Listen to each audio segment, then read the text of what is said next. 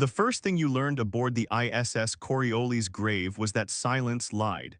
Silence meant the reactor was purring at 70%, that the void outside hadn't yet found a reason to scream through your hull, that the 1,200 souls packed into a ship built for 800 were still breathing recycled air that tasted like machine oil and fear. Silence was a held breath. Admiral Elena Voss had learned to distrust it the way a sailor distrusts a flat sea before a storm. And on the 53rd day of the Kryx invasion, the silence in the command deck of the Coriolis Grave had the particular, oily texture of the calm before slaughter. 600 alien warships had crossed the threshold line 11 weeks ago.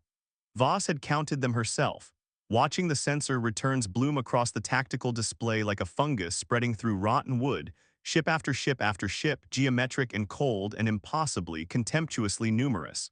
Humanity had mustered 200 vessels to meet them, and calling half of those 200 warships was an act of desperate optimism.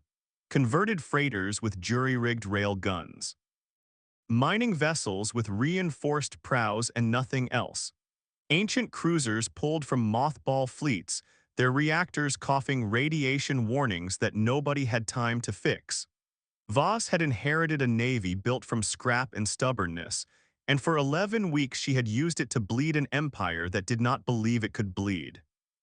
She stood at the center of the Coriolis Grave's command deck, a woman built like a compressed spring, silver threading through hair she hadn't had time to cut in a month, and she watched the plot update with the deliberate patience of someone who had stopped flinching at bad news around week 3. The Kryx fleet designation 7th Dominion host, 91 ships strong, was accelerating toward the Ashcroft corridor, exactly where she had wanted them for the past 6 days. Behind her, at the secondary console, Commander Rios read out the numbers in a voice gone hoarse from 36 hours without sleep. Confirmed Vector Admiral, they've committed. ETA to the corridor mouth 4 hours 11 minutes. And the civilian evacuation transponders at Ashcroft Station. Still broadcasting on schedule. Population reads as 14,206. Consistent with the falsified census we fed their intelligence network 6 weeks back. Voss let that number sit in her chest for a moment, the way she let every number sit before she used it. 14,206 people who did not exist, who had never existed, invented by a team of exhausted analysts to convince the Kryx that Ashcroft Station was a fat, undefended target worth diverting an entire host to annihilate. The real Ashcroft Station had been quietly stripped 3 weeks ago. Every actual colonist evacuated under cover of a fabricated equipment failure, replaced with automated systems, decoy heat signatures, and buried in the rock beneath the station's foundations. 400,000 tons of asteroid mass rigged with 31 nuclear devices scavenged from decommissioned Earth defense grids that international treaties had once sworn would never be used. Those treaties had been signed by people who never imagined an enemy fleet 100 times more advanced than anything humanity could build in open battle. Voss did not lose sleep over broken treaties. She lost sleep, when she lost it at all, over the 14,206 that hadn't existed but so easily could have, and over the version of herself from 50 years of collective human memory who would have found this plan monstrous. All ships final positioning check, she said, and her voice carried the flat, unhurried authority that had kept this fleet from disintegrating into panic a dozen times over. I want the Hammer group tucked behind Ashcroft's rock shadow, engines cold thermal signature masked. If a Kryx sensor operator so much as suspects were there before the mines go active, this whole operation is a funeral with extra steps. Across the fleet, 200 ships that shouldn't have survived this long held their positions in the dark, waiting. The Kryx were not stupid. This was the thing Voss reminded her officers of constantly, because contempt for the enemy killed faster than any weapon they carried. The Kryx were not stupid. They were merely constrained by an ethics that had never been tested against an opponent willing to eat its own future to survive the present. Kryx military doctrine, painstakingly reconstructed from captured logs and 3 separate defector debriefings, treated civilian population centers as objects of conquest, not destruction. A conquered population was a resource, labor, tribute, eventual assimilation into the vast tapestry of subject species that made up the Kryx Dominion. You did not throw away a resource, you captured it. Their commanders, honorable in the strange, brittle way of a species that had not lost a war in 1100 years, would divert forces to seize an apparently vulnerable population rather than bypass it, and leave a captured colony to rot ungoverned behind their lines.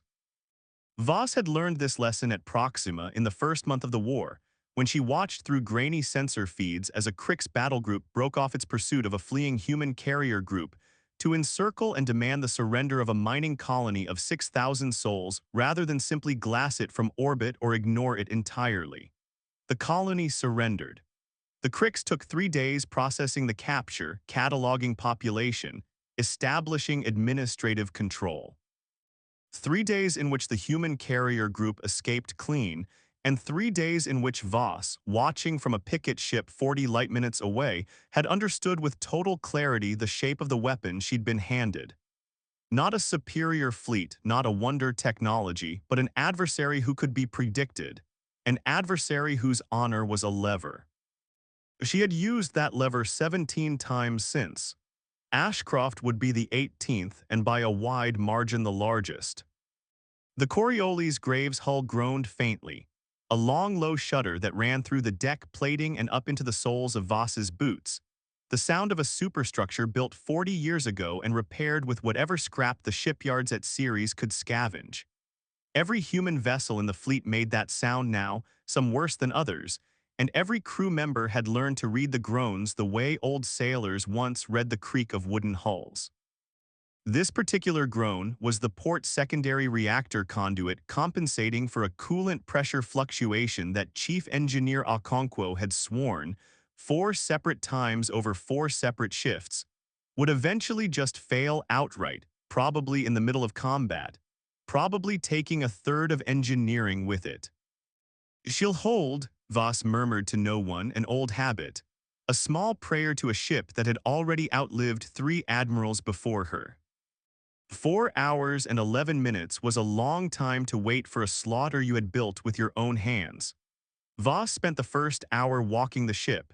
It was something she did before every engagement, not for morale, though the crew took it that way, but because she needed to see the faces of the people she was about to spend. The Coriolis' graves corridors were narrow, low-ceilinged things built for efficiency rather than dignity, lit in the sickly amber of emergency conservation lighting that had become standard after the fleet's third fuel crisis. She passed enlisted crew doing hull integrity checks with handheld scanners that were older than some of them, past a medical bay already staged with triage stations and blood plasma reserves stacked in neat, grim rows, past a mess hall where off-shift crew ate reconstituted protein paste in silence because nobody had the energy left for conversation, only the grim mechanical necessity of calories. She stopped at the observation blister near the ship's dorsal spine, where a young weapons tech named Dario Ake sat alone, watching the corridor's asteroid field drift past the reinforced viewport, close enough that individual boulders tumbled visibly against the starfield. He straightened when he saw her, the reflexive stiffness of someone who had not yet learned that Voss did not care for salutes in empty rooms. "At ease," she said, settling into the seat beside him without asking. "Can't sleep." "Didn't try, ma'am, kept thinking about the numbers." He nodded toward the tactical repeater bolted awkwardly into the blister's bulkhead, showing a simplified version of the same plot from the command deck. 91 red icons converging on a scatter of green. 91 of them. We've got, what, 40 ships in the Hammer group? A 43. And they'll see the mines coming, some of them. Not all 91 die clean. Voss looked at the boy. He was perhaps 24, which still counted as a boy in a fleet where the average age had crept steadily upward as the war chewed through its youngest recruits first. And she gave him the truth, because she had found, over 11 weeks, that lies cost her more in the long run than honesty ever did. No, not all 91 die clean. Some will get warning in the last 30 seconds, enough to bring shields up, enough to survive the initial nuclear pulse with a crippled ship and dying crew, and those crippled ships will limp toward the Hammer Group hoping for rescue or mercy, and the Hammer Group's job is to make sure they get neither. That's the ugly math, Ake. We're not fighting a battle today. We're running an extermination inside a trap, and extermination isn't clean no matter how good the trap is. He absorbed this the way most of them eventually did, with a kind of hollowing out around the eyes, the specific erosion that happened to a person's face when they traded the comfortable fiction of heroic space B. A toll for the actual arithmetic of total war. My sister was on Ashcroft's original census, he said quietly, before the real evacuation. She's safe now, back on Titan, but for a while I thought. I know. Voss did not offer comfort because comfort was a currency she'd run out of somewhere around week 6. The Kryx counted her as a resource to be captured. We counted her as bait. Neither of those things is what she actually is, which is a 22-year-old woman who wants to survive this war and go home. Everything we do out here is in service of that one thing for her and for 12 billion others like her. Some days the math is going to look monstrous, Ake. Hold on to why we're doing it, and you'll survive being the kind of person who has to do it. She left him with that because there was nothing else true left to say, and because the ship's chronometer had ticked over another 11 minutes and she needed to be back on the command deck. The 7th Dominion host entered the Ashcroft corridor 2 hours and 40 minutes later. 91 warships in a loose spearhead formation that spoke of a commander confident enough to not bother with defensive dispersal against a target he believed to be a soft civilian station. Kryx ship design was, Voss had to admit even now, viscerally beautiful in the way of something built by a species with genuinely superior materials science. Long, curved hulls the color of oxidized bronze, running lights in patterns that pulsed like slow heartbeats, weapon emplacements that folded seamlessly into the hull when not deployed. Human ships looked like what they were, brutal slabs of armor plate and jury-rigged weapons mounts, ugly in a way that Voss had come to find almost comforting, because ugly ships built by desperate people tended to survive punishment that elegant ships did not anticipate needing to survive. Confirm minefield status, Voss said. Her voice did not carry the weight of the moment deliberately. Her crew took its emotional cues from her, and she had trained herself across 11 weeks to sound bored during the seconds that mattered most. All 31 devices report green, Admiral. Detonation sequence is yours. The Kryx spearhead crossed the threshold of the fall station's outer defensive perimeter, close enough now that optical sensors could resolve individual ship hulls, close enough that Voss could see, in her mind's eye if not on any actual screen, the alien crews inside those hulls going about the calm business of accepting a surrender that would never come, weapons stowed or minimally deployed. Sensors tuned for detecting fleeing civilian transports rather than incoming nuclear detonation. Detonate, Voss said. 31 nuclear devices, buried across 400,000 tons of asteroid rock that had been meticulously shaped and positioned over 3 weeks of covert engineering work, went off within a span of 4 seconds. There was no dramatic flash visible from the Coriolis grave's position behind the rock shadow of a secondary asteroid cluster 40,000 kilometers away. Space did not work the way old films had trained 3 centuries of humans to expect. No expanding fireball, no shockwave rolling silently through vacuum. Instead, there was a sensor blackout, total and instantaneous. Every passive and active scanner within 200,000 kilometers washed out by a wall of hard radiation and expanding plasma that had, an instant before, been solid rock. When the sensors cleared, 41 seconds later, the 7th Dominion host no longer existed as a coherent fighting force. 22 ships had been caught close enough to the epicenter to be vaporized outright, their hulls and crews converted into an expanding cloud of superheated debris that would drift through the corridor for centuries. 31 more had taken direct radiation and shockwave damage severe enough to cripple main propulsion. their reactors bleeding containment failure warnings, their hulls venting atmosphere in glittering, freezing plumes that caught the distant starlight like fields of dying fireflies. The remaining 38 ships, the trailing edge of the spearhead formation, had been far enough back to escape the worst of it, their shields flaring bright with absorbed radiation, their formation shattered into a panic scatter as automated collision avoidance systems and terrified crews fought to put distance between themselves and whatever apocalypse had just consumed a third of their host. Hammer Group, execute, Voss said, and 43 human ships that had spent 3 days in cold, silent ambush behind the asteroid field lit their engines and surged forward into the chaos. This was the part of the war that no recruitment poster back on Earth had ever prepared these young men and women for, the part that made veteran crews go quiet and thousand-yard-eyed in the mess halls afterward. This was not clean ship-to-ship combat between evenly matched vessels trading volleys at range.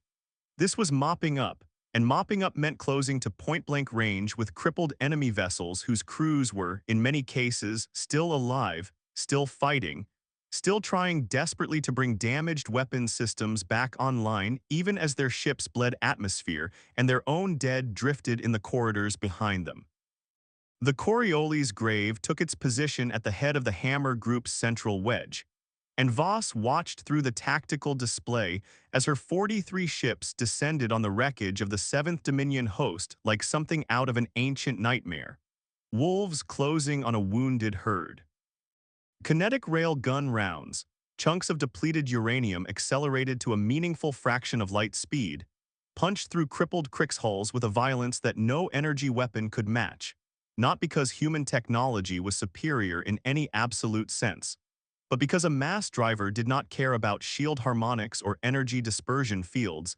It simply transferred an obscene quantity of kinetic energy into whatever solid matter it struck.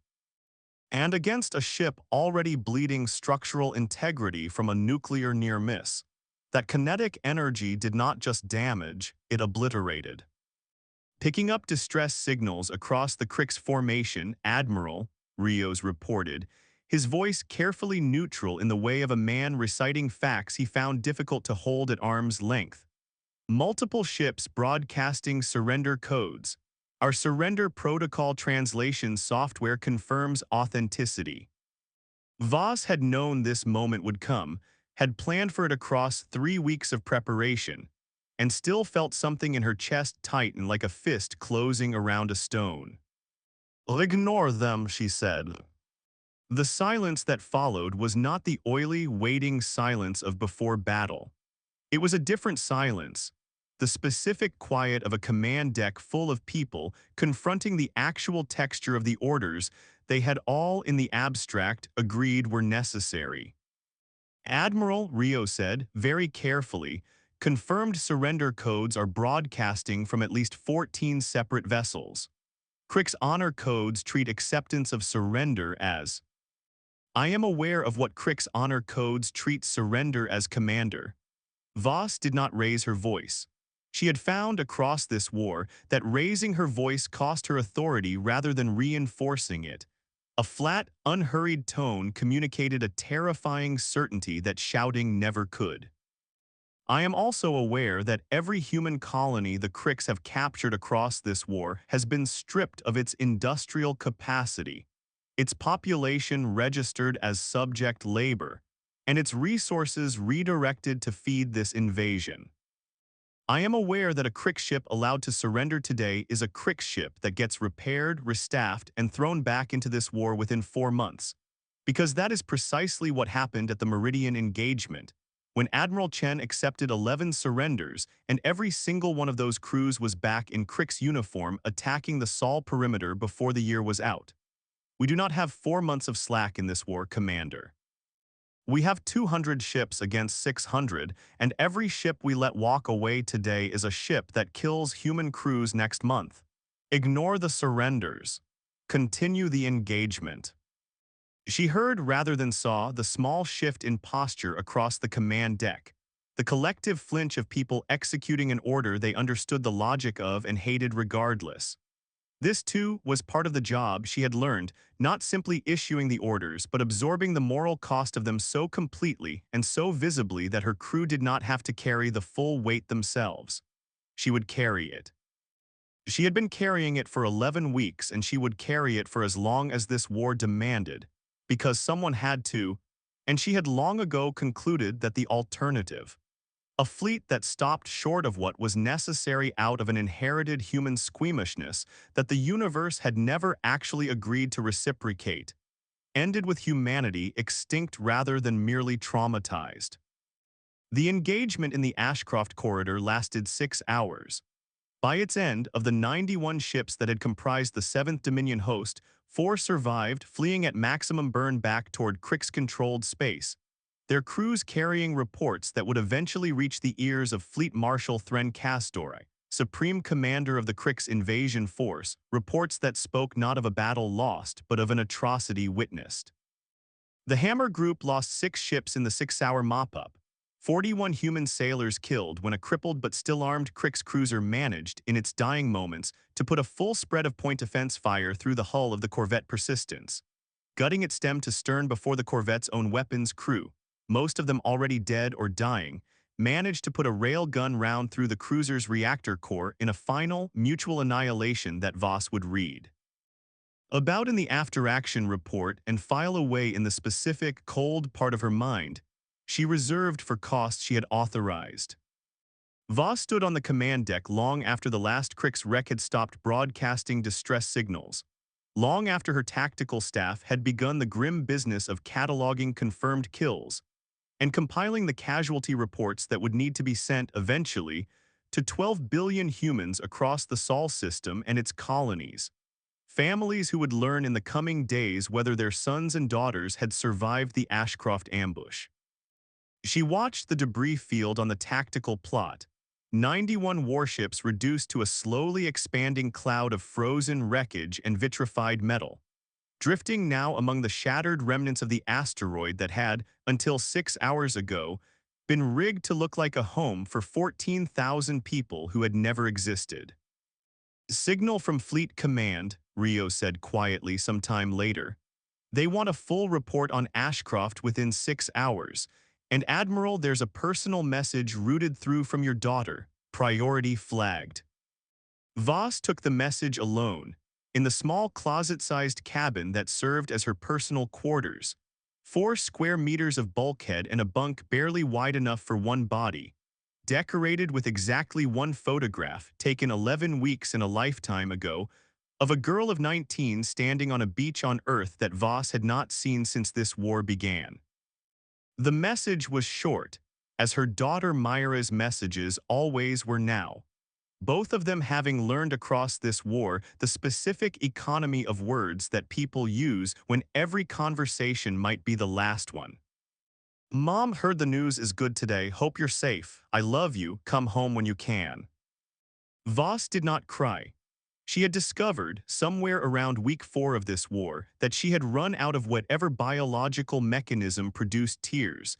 That grief now sat in her like a stone rather than a wave, present and unmoving rather than something that could crest and pass. She sat with the message for exactly 90 seconds, the amount of time she permitted herself for such things, and then she rose, straightened her uniform, and went back to the command deck to begin drafting the report that would tell Fleet Command that 18 months into humanity's most desperate war for survival, the strategy of turning her own dying civilization into a weapon had claimed its most successful single engagement yet. 600 million kilometers away, in the command citadel of the Kryx flagship Eternal Ascendance, Fleet Marshal Thren Kasdorei received the survivor reports from the Ashcroft corridor with a stillness that his subordinates had learned, across 11 weeks of this campaign, to find more alarming than any outburst of anger. Thren was old, by Kryx reckoning, nearly 400 years into a lifespan that could stretch past 600 with proper genetic maintenance. And in that long life he had commanded fleets across 9 separate campaigns of Dominion expansion, had accepted the surrender of 43 subject species, had built a reputation across the Kryx military hierarchy as a commander whose victories came not through brutality but through the patient, inevitable application of overwhelming force against opponents who eventually, always, recognized the futility of continued resistance and submitted to the order the Dominion offered. Humanity had not submitted. 11 weeks into a campaign that Thren's own War College simulations had projected would conclude within 3 months with total Dominion victory and minimal Kryx losses, his forces had instead bled at a rate that his logistics officers were beginning to describe, in careful diplomatic language, as unsustainable. "Play the recovered sensor logs again," Thren said. His translator implant rendered his words into the flat, precise trade common that had become the lingua franca of Kryx human communications, though he privately found the language's bluntness distasteful, a tongue built for commerce rather than the layered courtesies that governed proper Kryx discourse. The bridge crew complied, and the command deck's central holographic display resolved into a reconstruction of the Ashcroft engagement, assembled from the fragmentary sensor data recovered from the 4 surviving vessels. Thren watched, for the 3rd time, the moment his 7th Dominion host crossed into what its commander, the honorable and now-dead fleet captain Ushel Morenisket, had believed to be the outer defensive perimeter of an undefended civilian population center. He watched the sensor blackout. He watched, in the aftermath, the systematic destruction of surrendering vessels by human forces that had, by every metric of Kryx military ethics, no obligation to extend mercy but every obligation, under the concordance of honorable engagement that governed Dominion warfare for the past 11 centuries, to at least consider it. On casualties, THR, ON said, 87 vessels confirmed destroyed, Fleet Marshal. Estimated crew losses in excess of 41,000 souls, including Fleet Captain Morenisket, who was among the first to broadcast surrender and was killed regardless, according to surviving witness testimony, by a human vessel that continued firing for a full 9 seconds after his ship's weapons and propulsion systems had gone entirely dark. Thren absorbed this in silence. 41,000 dead in a single engagement, more than the total Kryx losses across the previous 3 campaigns of Dominion expansion combined, campaigns that had each subjugated entire star systems. And this was not even the largest single loss of the war. That distinction belonged to the Meridian engagement 4 weeks prior, where a different human admiral had lured an entire Kryx battle group into what Thren's analysts now understood, with the benefit of grim hindsight, had been a deliberately sacrificed human colony, its industrial infrastructure and population evacuated in advance. Its remaining automated defenses and a scuttled fleet of obsolete human vessels rigged to detonate their reactors in a coordinated cascade the instant Kryx boarding parties made planetfall, killing not merely the orbital fleet but the 11,000 ground troops who had, in good faith, accepted what appeared to be a negotiated surrender. Fleet Marshal, this was Subcommander Vesa Thalkirith, his logistics officer, a younger Kryx whose voice carried the particular strain of someone delivering news she knew would not be welcomed. "I have completed the updated projection models incorporating the Ashcroft losses. At the current rate of attrition, the Dominion invasion force will fall below the threshold required to maintain effective offensive operations within 7 to 9 months. This assumes no further catastrophic losses of the scale we have suffered at Ashcroft and Meridian. Given the human commander's demonstrated pattern of escalating unconventional tactics, I consider that assumption unsafe." And reinforcement projections from the Dominion core worlds. 11 months minimum, Fleet Marshal, assuming the Council approves emergency mobilization, which, given the political situation at home regarding the cost of this campaign, is not certain. Thren stood from his command throne, a seat that had been carved, according to Kryx military tradition, from stone taken from the homeworld of the first species his line had subjugated 400 years ago, and walked to the observation viewport that ran the length of the Eternal Ascendance's command citadel. Outside, the stars of a system his forces had not yet conquered burned with the same cold indifference they had burned with for the 11 centuries of Dominion expansion. And Thren found himself, for the first time in a very long military career, uncertain of how to proceed.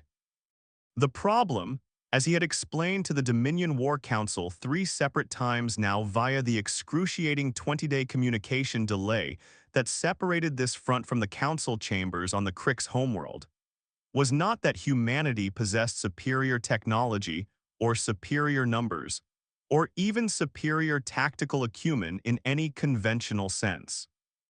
The problem was that humanity had, somewhere in the brutal calculus of a war they were losing on every objective metric, decided that no cost was too high to pay for survival, and had built their entire military doctrine around exploiting the fact that the Kryx, bound by 11 centuries of the concordance of honorable engagement, could not or would not make the same calculation. The concordance existed for good reason Thren believed, had always believed, would go to his grave believing. A dominion that conquered through total annihilation, that offered no path to honorable surrender, that treated captured populations as objects to be destroyed rather than resources to be integrated, was a dominion that would find every subsequent conquest fought to the last soul. Every subject species choosing extinction over subjugation rather than the productive, if unequal, partnership that the Concordance's honorable terms had made possible across 400 civilizations now flying the Dominion banner. The Concordance was not weakness. It was the load-bearing wall of an empire that had expanded, largely peacefully after the initial conquest, across a fifth of the galaxy.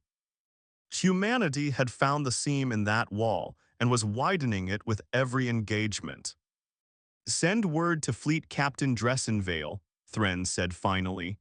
"The Ninth Dominion host is to suspend its advance toward the Kepler cluster pending further orders. I will not commit another fleet until I better understand what manner of adversary we are actually fighting." Fleet Marshal the War Council has already expressed. The War Council is 11,000 light-years away, and has not watched 41,000 of our people die in a trap built from a lie-ob. Out children who never existed, Thren said, and for the first time in the recorded memory of anyone on that bridge, his 400 years of composure cracked audibly in his voice. "I will proceed with caution until I understand the shape of the mind I am fighting." The mind he was fighting was, at that moment, 600 million kilometers away, sitting in a cramped cabin drafting a report to a government that had granted her authorities no admiral in human history had ever previously held. Because desperate civilizations, Voss had come to understand, granted desperate authorities, and desperate authorities, wielded without flinching, were sometimes the only thing standing between a species and extinction. The weeks following Ashcroft brought no rest, only a shift in the war's rhythm from open fleet engagements to something colder and slower. A war fought in the gaps and margins of Kryx logistics, because Voss had understood from the earliest weeks of this conflict that a fleet of 600 ships, however superior, was only as strong as the supply lines that kept it fed with fuel, munitions, and replacement parts across the vast gulf between Kryx-controlled space and the human worlds it was trying to conquer. Fleet-to-fleet combat, however brutal, however creatively weaponized, could only ever bleed the Kryx incrementally. Their industrial base, spanning 400 conquered worlds, could in theory replace every ship lost at Ashcroft within a fiscal quarter. What could not be so easily replaced was the specific, irreplaceable chain of fuel tankers, ammunition transports, and repair vessels that kept the frontline combat fleet operational 11 weeks, and 11 light-years from Kryx home industry. Voss redirected nearly a third of her remaining fleet, the ships too damaged or too outdated to survive frontline engagement with the main Kryx battle groups, into a dispersed campaign of commerce raiding that her staff, with the particular gallows humor that had become the fleet's dominant emotional register, had taken to calling the reaping. Independent hunter-killer groups of 3 to 5 ships each, drawn from the fleet's oldest and least combat-capable vessels, ranged across the supply corridors that Kryx logistics analysts had mapped with the confident assumption that no human force would dare operate so deep behind the front lines. These groups did not engage combat vessels. They hunted tankers, hunted munitions transports, hunted the slow, lumbering repair ships that carried the specialized technicians and parts required to keep a Kryx warship's exotic drive systems functional. It was, Voss knew, a campaign that violated every convention of honorable warfare the Kryx held sacred, because it targeted non-combatant vessels, crewed by non-combatant personnel, whose death served no tactical purpose beyond the pure strategic calculus of denying an enemy fleet its fuel and its bullets. She authorized it without hesitation, because she had done the math on the alternative, and the alternative was a Kryx fleet that stayed fully supplied, fully repaired, and fully lethal for as long as it took to grind humanity's outdated 200 ships into scrap, regardless of how many clever traps she sprang along the way. The Reaping's first major success came 17 days after Ashcroft, when a hunter-killer group of 4 aging destroyers under the command of a hard-eyed captain named Osei Echterberg intercepted a Kryx logistics convoy of 11 fuel tankers and their escort of 6 frigates in the sparse asteroid fields of the Perrin system. Echterberg's group was outgunned in a conventional sense, 4 ships against a defended convoy of 17, but Echterberg had learned, in the brutal school this war had become, that conventional engagement was rarely the point. His destroyers struck from ambush, concentrated their entire kinetic barrage on the tankers themselves rather than the escort frigates, and in the space of 90 seconds turned 11 fuel tankers, each carrying enough refined reactor propellant to fuel a Kryx battle group for a month, into 11 expanding balls of superheated plasma that also consumed. In a chain reaction none of the human crews had fully anticipated but none particularly regretted. 3 of the 6 escort frigates caught too close in the resulting blast radius. Echterberg lost 1 destroyer, the Halsey, when a surviving escort frigate managed a lucky shot through its aft engine section, crippling it long enough for the remaining Kryx frigates to close and finish it with concentrated fire before the other 3 human destroyers could disengage and reform. 41 human sailors died aboard the Halsey, burned or decompressed or simply crushed as their ship's hull folded under sustained bombardment. And Echterberg would carry that number with him, Voss knew, the way she carried her own numbers, for the rest of whatever life this war left him. But 11 fuel tankers destroy. D represented, according to the intelligence estimates her staff assembled in the following days, nearly 6% of the Kryx invasion forces projected fuel reserves for the coming quarter. It was not a battle that would be remembered in the history books humanity might someday write about this war, if humanity survived to write history books at all. It was a number on a logistics chart, an erosion, a single grain of sand removed from a beach that Voss intended to wash away entirely, one convoy at a time, until the Kryx fleet that had crossed the threshold line with such overwhelming numerical superiority found itself starving in the dark, unable to maneuver, unable to fight, unable to do anything but wait for supplies that would arrive later and later, slower and slower. As the Reaping's hunter-killer groups multiplied and grew bolder across the following months, the Kryx response when it came was predictable in a way that Voss had planned for from the campaign's inception. Fleet Marshal Thren diverted combat vessels to escort his supply convoys, which meant fewer ships available for the frontline offensive he needed to press against human core worlds, which meant the invasion's forward momentum slowed, then stalled, then began in certain sectors to reverse as overextended forward positions found themselves increasingly difficult to resupply and increasingly vulnerable to the kind of coordinated ambush that had claimed the 7th Dominion host at Ashcroft. It was during this period, roughly 4 months into the invasion and 2 months after Ashcroft, that Voss made the decision that would come to define, in the histories that would eventually be written. Both the depth of humanity's desperation and the specific, terrible genius of the strategy that ultimately won the war. The decision concerned the fate of the outer colony of Meridian Station itself, a genuine human settlement of 11,000 souls positioned squarely along the Kryx fleet's most efficient supply corridor into the human core systems. A colony that Fleet Command's own strategic assessment concluded could not be adequately defended against a determined Kryx assault, given the fleet's overextension across a dozen simultaneous engagement zones. Voss proposed in a closed session with the Joint Chiefs that would remain classified for the next 30 years, that Meridian Station be evacuated in total secrecy, its 11,000 residents transported to the relative safety of the inner colonies over a period of 6 weeks disguised as routine supply rotations.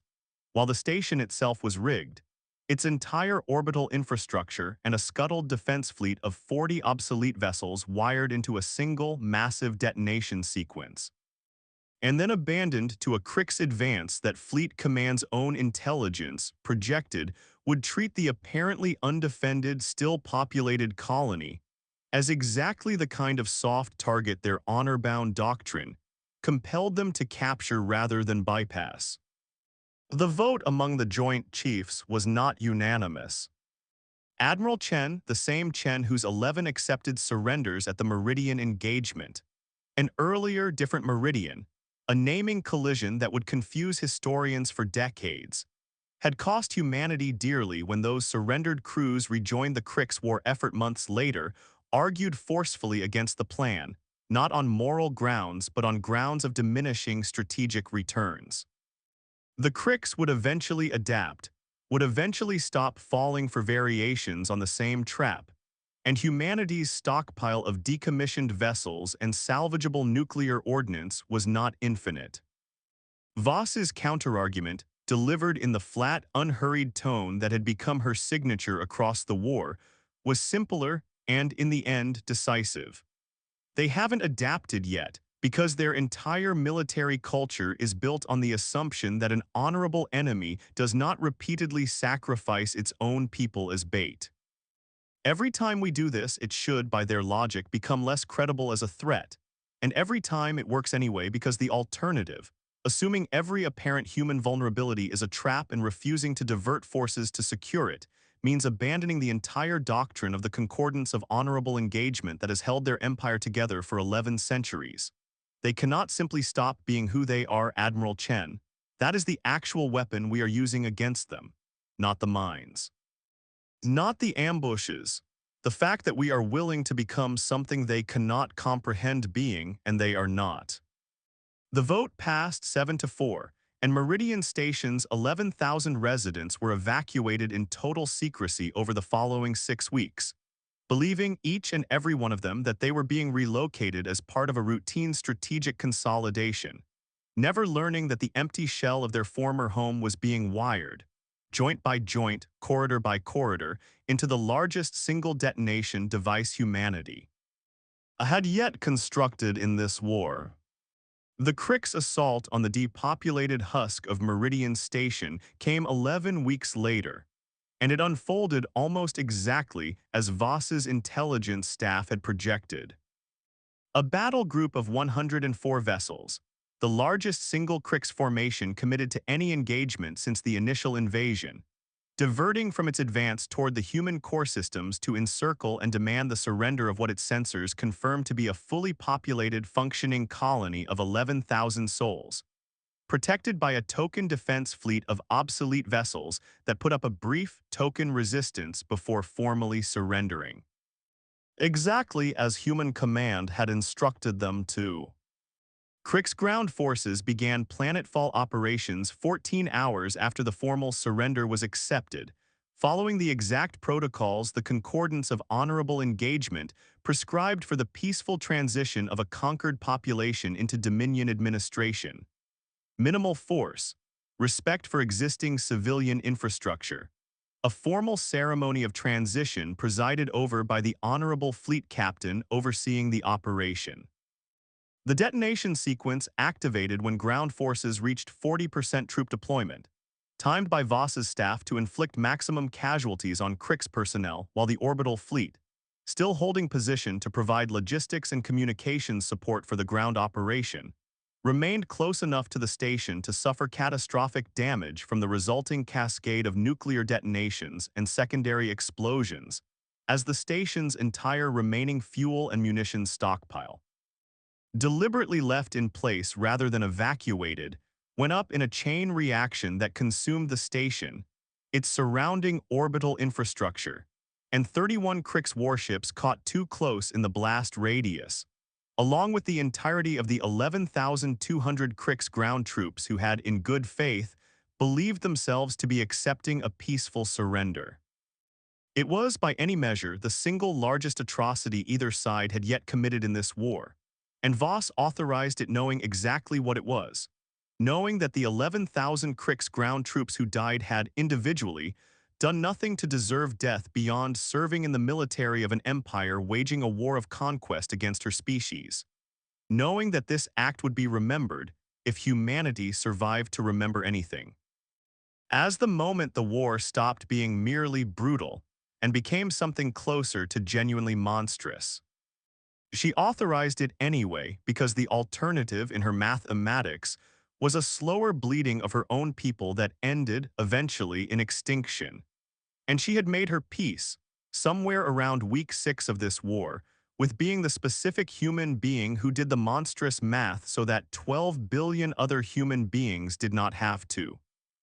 Fleet Marshal Thren received the report of the Second Meridian catastrophe with something that, in a species less composed than the Kryx, might have been called horror.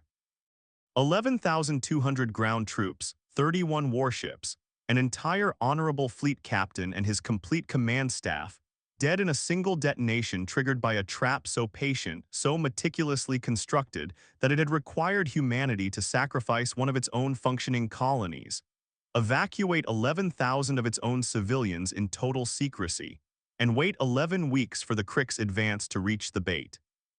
All in service of killing a comparable number of Kryx personnel in a single engagement. "This is not war as the Concordance defines it," said Subcommander Vessa, standing before Thren in the Eternal Ascendance's command citadel, her voice carrying a tremor that Thren had not heard from her since the campaign's opening weeks.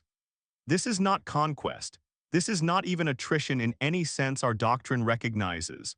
This is a species using its own future, its own cities, its own children as expendable ordnance. Fleet Marshal, I have reviewed the intelligence reports from our infiltration networks within human space. Admiral Voss did not construct this trap in desperation. She proposed it deliberately over the objections of her own command structure, and she has done this 17 times now across this war with escalating scale each time. This is not a tactic. This is a doctrine. This is who they have decided to become."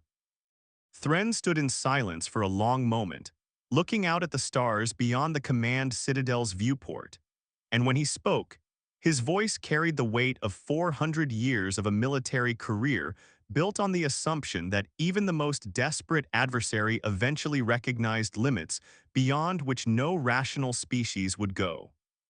"Send a formal inquiry to the Dominion War Council," he said finally.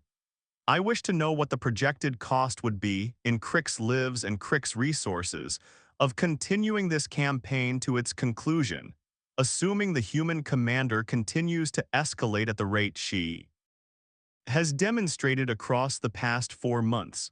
And I wish to know separately what our own doctrine requires of us if we conclude that the cost of victory exceeds the value of the conquest. Fleet Marshal, the Concordance does not include provisions for withdrawal from an active campaign of subjugation. Our entire military ethic assumes that a sufficiently patient, sufficiently honorable application of force eventually produces submission in any adversary, because every previous adversary across 11 centuries of Dominion expansion has eventually valued its own survival over the cost of continued resistance. And if this adversary does not, Thren turned from the viewport, and for the first time, his subordinates saw something in his ancient eyes that was unmistakably, undeniably fear. If this adversary has calculated that its own extinction and the annihilation of everything it has ever built is preferable to submission, and has organized its entire remaining military doctrine around making that calculation as expensive as possible for us to test. We are not fighting a war of conquest against Admiral Voss's fleet, sub-commander. We are fighting a war of attrition against a species that has decided its own destruction is an acceptable price to make certain that our destruction accompanies it. There is no version of the concordance that accounts for an enemy who has looked at the entire concept of proportionate warfare and rejected it as a luxury they can no longer afford. The war ground on for another 8 months after the Second Meridian catastrophe, and Voss's fleet, battered and bleeding and reduced by attrition to barely 140 functional vessels, continued its campaign of ambush, sacrifice, and supply line strangulation with a grim, methodical persistence that seemed, to the exhausted human crews fighting it, less like a war being won than a war being survived one impossible day at a time. The Kryx invasion force, for its part, continued to advance in fits and starts, winning conventional engagements when it could force them, suffering catastrophic and disproportionate losses whenever Voss's forces managed to lure them into another trap, its logistics increasingly strangled by the persistent, grinding campaign of the Reaping's hunter-killer groups, which had grown from a handful of desperate raiding parties into a network of over 60 independent vessels, operating across the entire depth of Kryx-controlled supply corridors. The turning point, when it finally came, arrived not through a single decisive battle, but through the slow, cumulative weight of 100 smaller engagements, each one bleeding the Kryx invasion force a little further past the threshold of sustainable operation. Fleet Marshal Thren's own logistics staff calculated, roughly 14 months into the invasion, that the combined effects of the Ashcroft ambush, the Second Meridian catastrophe, and 18 months of sustained supply line interdiction had reduced the 7th, 9th, and 12th Dominion hosts to a combined fighting strength barely sufficient to maintain current defensive positions, let alone continue the offensive advance toward the human core systems that the original invasion plan had projected would be complete within 6 months. It was in this context, with his invasion force effectively stalemated and his own casualties mounting toward levels that would require, according to Kryx military law, a formal accounting before the Dominion War Council, that Thren received intelligence, gathered through his own infiltration networks within human space, of Admiral Voss's next planned operation. A proposal, currently under review by the human Joint Chiefs, to detonate a scuttling charge within the primary orbital shipyards of the human colony of New Shenzhen itself, a fully populated world of 900,000 souls, timed to coincide with what human intelligence projected would be the Kryx invasion force's next major offensive push, an operation that would, if approved, kill an estimated 40,000 Kryx personnel and an unknown number of the shipyard's own human workforce, who could not be evacuated in time without alerting Kryx intelligence to the trap. Voss had in fact proposed exactly this operation, and the Joint Chiefs, exhausted by 14 months of war and increasingly desperate as human casualties across the conflict approached 2 million dead, were seriously considering it despite the fact that, for the first time in this war, the plan explicitly accepted the deaths of human civilians who could not be safely evacuated, a line that even Voss's previous operations, monstrous as they were, had never quite crossed. It was this intelligence, more than any single battle, more than any tally of ships lost or supply lines severed, that finally brought Fleet Marshal Thren Castori to the conclusion that had been forming, slowly and with genuine anguish, across 14 months of a war, are unlike anything in 11 centuries of Dominion military history. He requested, through the same diplomatic backchannel that had facilitated the initial declaration of hostilities, a direct communication with Admiral Elena Voss. Voss received the request aboard the Coriolis Grave, now one of barely 112 ships remaining in a fleet that had begun this war with 200, and had been fighting, for 14 months, at a rate of attrition that her own staff privately estimated would leave humanity with no functional fleet at all within another 8 months, regardless of how the war concluded. She was 41 years old and looked 60, her silver hair now entirely gray, her hands, when she was alone, developing a fine tremor that the ship's medical officer had diagnosed, with careful diplomatic language, as a stress response that would require extended rest to properly address. Rest that Voss had no intention of taking while this war remained unresolved. She took the call in her cabin, alone, the holographic projection resolving into the image of an alien she had never seen in person. A tall, bronze-skinned figure with the elongated cranial ridge and dark, ancient eyes that characterized senior Kryx military officers, wearing the ceremonial dress uniform of a fleet marshal, a rank that represented, in the Kryx military hierarchy, supreme command authority over an entire theater of Dominion expansion. Admiral Voss, Thren said, his translator implant rendering his words in flat, precise trade common. I am Fleet Marshal Thren Castori, Supreme Commander of Dominion forces in this theater. I have requested this communication to discuss the terms under which Dominion forces might withdraw from human space. Voss said nothing for a long moment, studying the alien's face, searching for the deception her 14 months of war had taught her to expect from any communication, honest or otherwise. Withdraw, she said finally, not surrender, not a negotiated peace. Withdraw as though you are simply choosing to leave. I am aware of the distinction, Admiral, and I will not insult you by pretending it does not matter. Dominion forces have not lost this campaign in any conventional military sense. We retain numerical superiority, technological superiority, and industrial capacity to eventually replace every ship and every soldier we have lost across this conflict. If I ordered the full commitment of Dominion reserves, if I authorized my forces to abandon the constraints of the concordance of honorable engagement, and fight this war with the same total disregard for cost that you yourself have demonstrated, I believe, though I confess I am no longer entirely certain, that Dominion forces would eventually prevail at a cost in Kryx lives that I estimate at several million souls, and in resources that would take my empire a generation to recover from. But you're not going to give that orders. No, Admiral, I am not. Thren's ancient eyes held hers across the vast gulf of the holographic connection, and Voss saw in them, for the first time in this entire war, not the calculating patience of an alien conqueror, but something that looked, disconcertingly, like genuine fear. I have commanded Dominion fleets across 9 campaigns of expansion, Admiral Voss.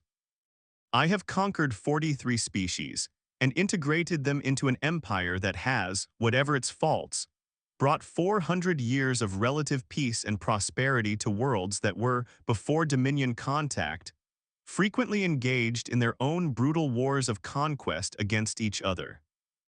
I have done this by upholding a doctrine that assumes every rational species, faced with sufficient and inevitable force, eventually chooses survival and integration over total destruction. And that doctrine has held for 11 centuries because it has always, eventually, proven true. You have shown me across 14 months of this war that it is not true of humanity. You have sacrificed your own colonies. You have detonated your own cities. You have, according to my intelligence, just approved a plan to kill your own civilian population alongside my forces, accepting a cost that no previous adversary in 11 centuries of Dominion expansion has ever been willing to pay. I do not believe any longer that there exists a threshold of force I could apply that would produce your submission rather than your extinction, and I have come to a conclusion that I suspect terrifies me more than any battle I have fought in 400 years of military service. I believe that if I continue this campaign, humanity will not stop fighting until either your species or mine no longer exists to continue the war, and I am no longer certain which outcome is more likely. Voss listened to this with the flat, unhurried patience that had carried her through 14 months of decisions that would have broken a lesser will, and when she spoke, she did not offer comfort because she had long ago run out of comfort to offer anyone, including herself. You're not wrong, Fleet Marshal. We will not stop. I have watched my own government approve the deliberate sacrifice of a functioning colony's civilian population, a decision I myself opposed as a line too far, and I understand sitting here now that we crossed that line because we have concluded as a species that there is no version of surrender to your dominion that we consider survivable, and no version of continued resistance, however costly, that we consider worse than extinction. You are correct that this is not a war your concordance of honorable engagement has any framework for.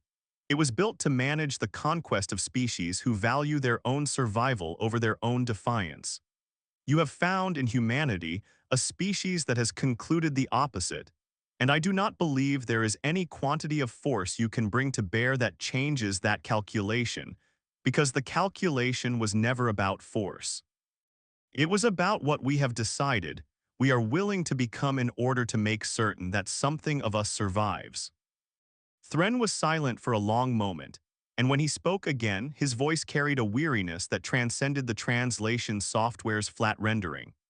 Then I propose this, Admiral Voss, not as a surrender of Dominion forces, and not as a victory of human forces, but as a recognition from one commander to another that this war has become a mutual atrocity that serves no purpose either of our peoples can afford to continue paying for. Dominion forces will withdraw from human space, in full, over a period of 90 days, under terms to be negotiated between our respective governments. I will recommend to the Dominion War Council that human space be designated outside the boundary of further Dominion expansion, not because we could not eventually conquer it, but because I will report, honestly and without qualification, that the cost of that conquest exceeds any value the Dominion could extract from it, and that the character of the adversary we would need to become in order to achieve it is a character I am not willing to see the Dominion adopt. You're afraid of us, Voss said. It was not a question. Yes, Admiral. I am afraid of what your species has shown itself willing to do to survive.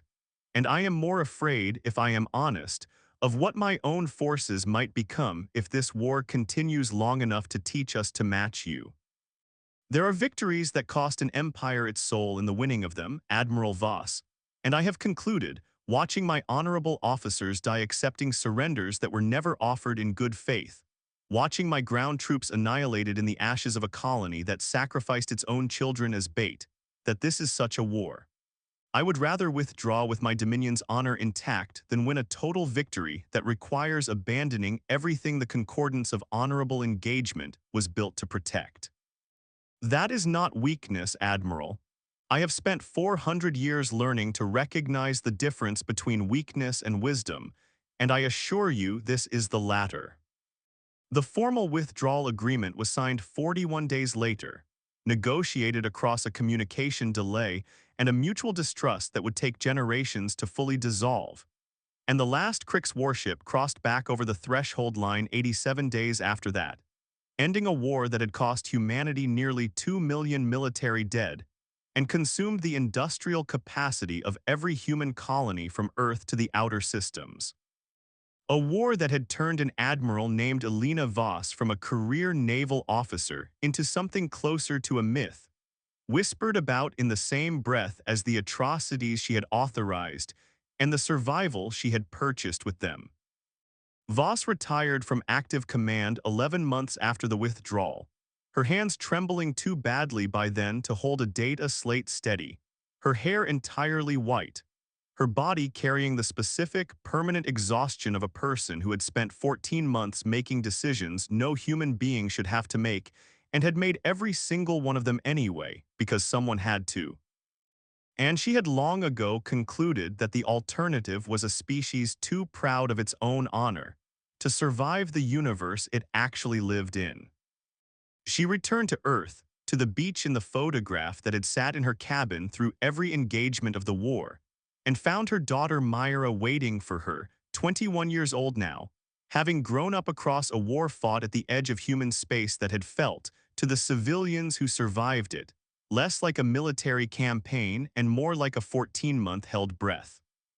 They did not speak at first of what Voss had done to win the war, because there was no version of that conversation that either of them was ready to have, and might never be ready to have.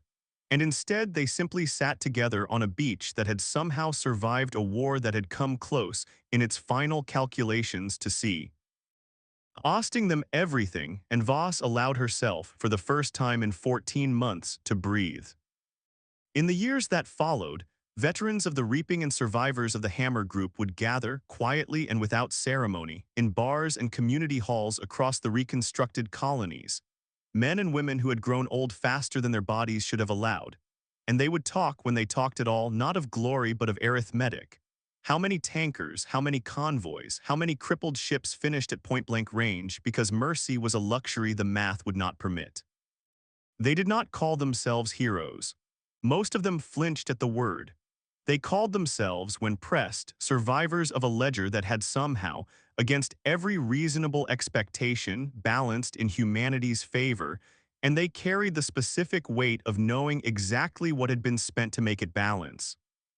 Chief Engineer Okonkwo, who had sworn for 14 months that the Coriolis Graves port reactor conduit would eventually fail in the middle of combat, retired to a technical college on Mars and taught propulsion engineering to students who had been children during the war and who asked him sometimes what it had actually been like out there. And he found that he could describe the mechanics of the ship, the specific groan of failing bulkheads, the smell of scorched coolant, far more easily than he could describe the actual texture of watching crewmates die to keep a doomed hull running one more hour. Dario Ake, the young weapons tech who had asked Voss about his sister on the observation deck before Ashcroft, survived the war entire, and found in the decades afterward that he could not fully explain to people who had not been there why he sometimes woke in the night still hearing the specific silence of a command deck waiting for a detonation sequence to complete.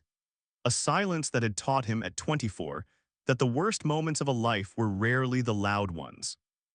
Fleet Marshal Thren Castori returned to the Dominion homeworld and testified before the War Council for 11 days.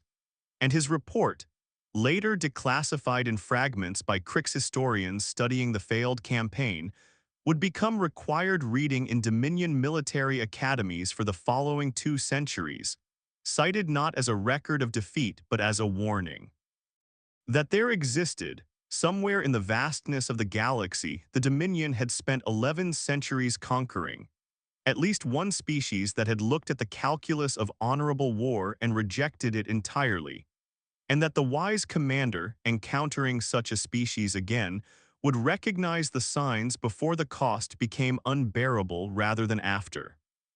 The history that humanity would eventually write about the war, cautious, qualified history, debated for generations in academic circles that would never fully resolve whether Admiral Elena Voss should be remembered as humanity's savior or its most efficient war criminal, would record that the Kryx Dominion withdrew from human space not because it was defeated in any conventional military sense, but because its supreme commander had looked into the mathematics of total war against an adversary willing to burn its own future to purchase its survival, and had concluded, with the particular clarity that comes to old soldiers confronting something genuinely new, that some victories were not worth what they would cost to win.